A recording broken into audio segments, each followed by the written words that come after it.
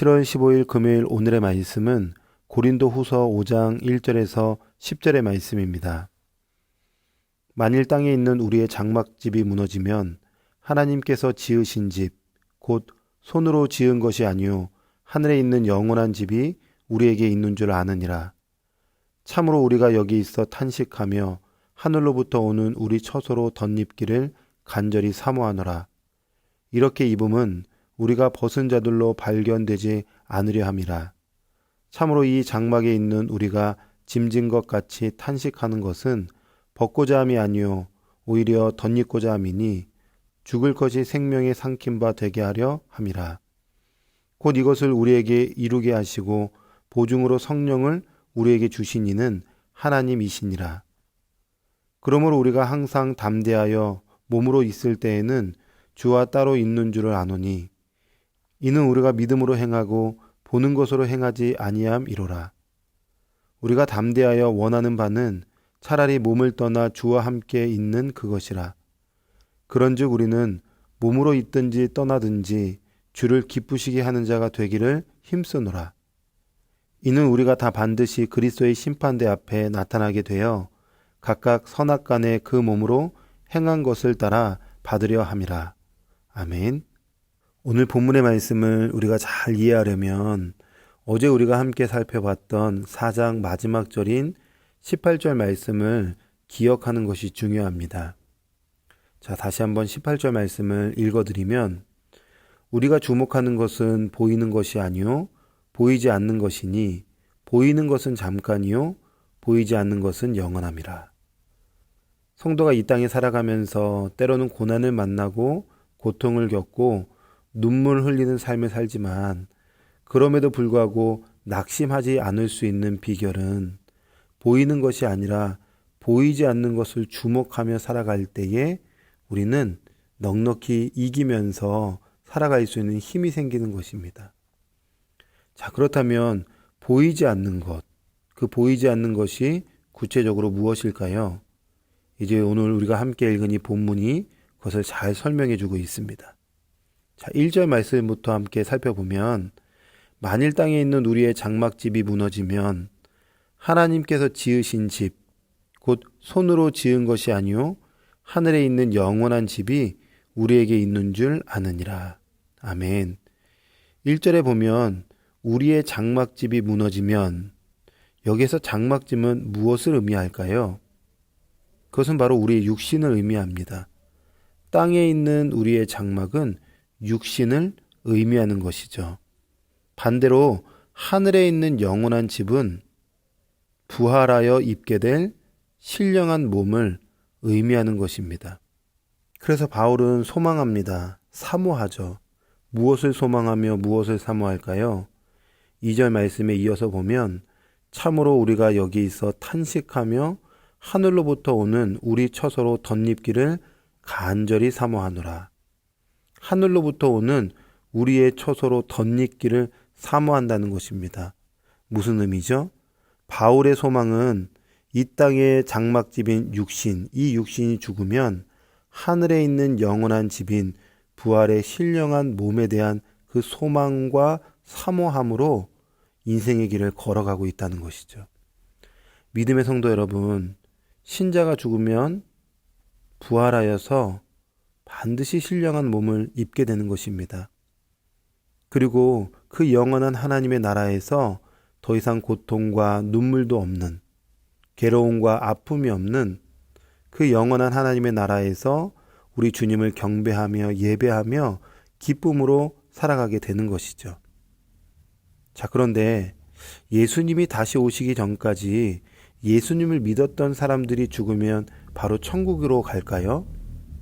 아니요, 그렇지는 않아요. 낙원이라는 곳에 대기하게 됩니다. 그래서 예수님께서도 십자가에 죽으실 때에 한편 강도에게 네가 오늘 나와 함께 낙원에 있으리라 라고 말씀하신 것입니다. 아직 부활의 몸을 입지 않았기 때문에 대기하고 있는 거겠죠. 자, 그런 점에서 3절과 4절도 동일한 맥락입니다. 이렇게 말씀해요. 이렇게 입은 우리가 벗은 자들로 발견되지 않으려 함이라. 참으로 이 장막에 있는 우리가 짐진 것 같이 탄식하는 것은 벗고자 함이 아니요 오히려 덧입고자 함이니 죽을 것이 생명의 삼킨 바 되게 하려 함이라 라고 말씀합니다.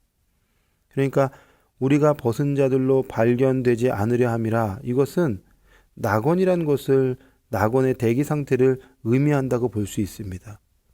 그러므로 바울의 궁극적인 소망은 낙원에서의 대기 상태가 아니라 영원한 나라의 부활의 몸을 덧입는 것을 원한다는 것이죠. 이 영원한 나라를 소망하면서 이 땅에서 신자는 어떻게 주님과 교제를 하며 살아야 되는가? 7절의 말씀에 이는 우리가 믿음으로 행하고, 믿음입니다. 믿음으로 교제하는 것입니다. 오직 믿음을 통한 영적 교제 안에서만 주님과 연결되는 것이기에 우리가 믿음으로 영원한 것을 추구하고 믿음 안에서 교제하고 믿음으로 살아내고 믿음으로 주님과 함께 동행하는 것입니다. 자, 그렇다면 우리에게 믿음을 주시고 영원한 나라를 소망케 하시는 하나님께 오늘 우리는 이 하루를 어떻게 올려드리며 살아야 될까요? 아니, 우리의 남은 인생은 어떻게 삶을 드리며 살아야 될까요? 9절의 말씀에 보니까 그런즉 우리는 몸으로 있든지 떠나든지 주를 기쁘시게 하는 자가 되기를 힘쓰노라. 이해가 되시죠? 어떤 삶을 드려야 될까요? 바로 우리 주님을 기쁘시게 하는 삶이 우리의 방향성이 되어야 할 줄 믿습니다. 생각해야 합니다. 이런 생각, 이런 마음, 이런 행동이 과연 주님을 기쁘시게 하는 것일까? 우리는 생각해야 됩니다. 이러한 삶이 우리 주님을 기쁘시게 하는 것일까?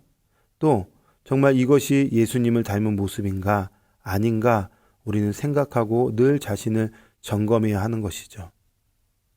선의 근원이신 예수님을 생각하며 우리 예수님은 어떻게 하셨을까 묻고 예수님을 닮아가려 하는 것이 바로 그리스도의 선한 삶입니다.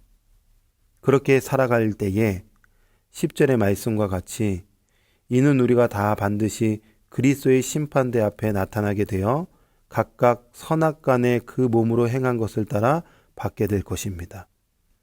예수님 닮아가고 예수님처럼 살아내면 그것이 선한 행동이고 선한 열매를 맺어서 심판대 앞에서 하나님께서 하나님의 은혜의 선물을 또 주시겠죠. 그러므로 우리 남은 인생 또 오늘 귀한 하루를 예수님 닮아가며 예수님을 기쁘시게 하는 삶을 추구하며 살아내는 귀한 삶이 되었으면 좋겠습니다. 혹 우리가 주님을 기쁘시게 하지 않았던 모습들이 있다면 돌이켜 회개하시고 다시 우리의 영적인 시선이 영원한 것에 가치를 두며 우리 주님을 기쁘시게 하고 예수님의 향기를 삶의 현장에 나타내어서 주님과 함께 믿음으로 살아내는 또 주님을 기쁘시게 하는 저와 여러분이 되기를 주님의 이름으로 축복합니다. 아멘. 기도하겠습니다. 하나님, 오늘도 귀한 말씀 우리에게 주셔서 감사합니다. 우리가 오직 영원한 것을 추구하고 또 영혼을 주신 하나님을 기쁘시게 하며 살아갈 수 있도록 도와주시고 예수님 닮아가며 예수님처럼 살아내는 귀한 삶이 될 수 있도록 축복하여 주시옵소서. 함께 하신 하나님 감사드리며 예수님의 이름으로 기도합니다. 아멘.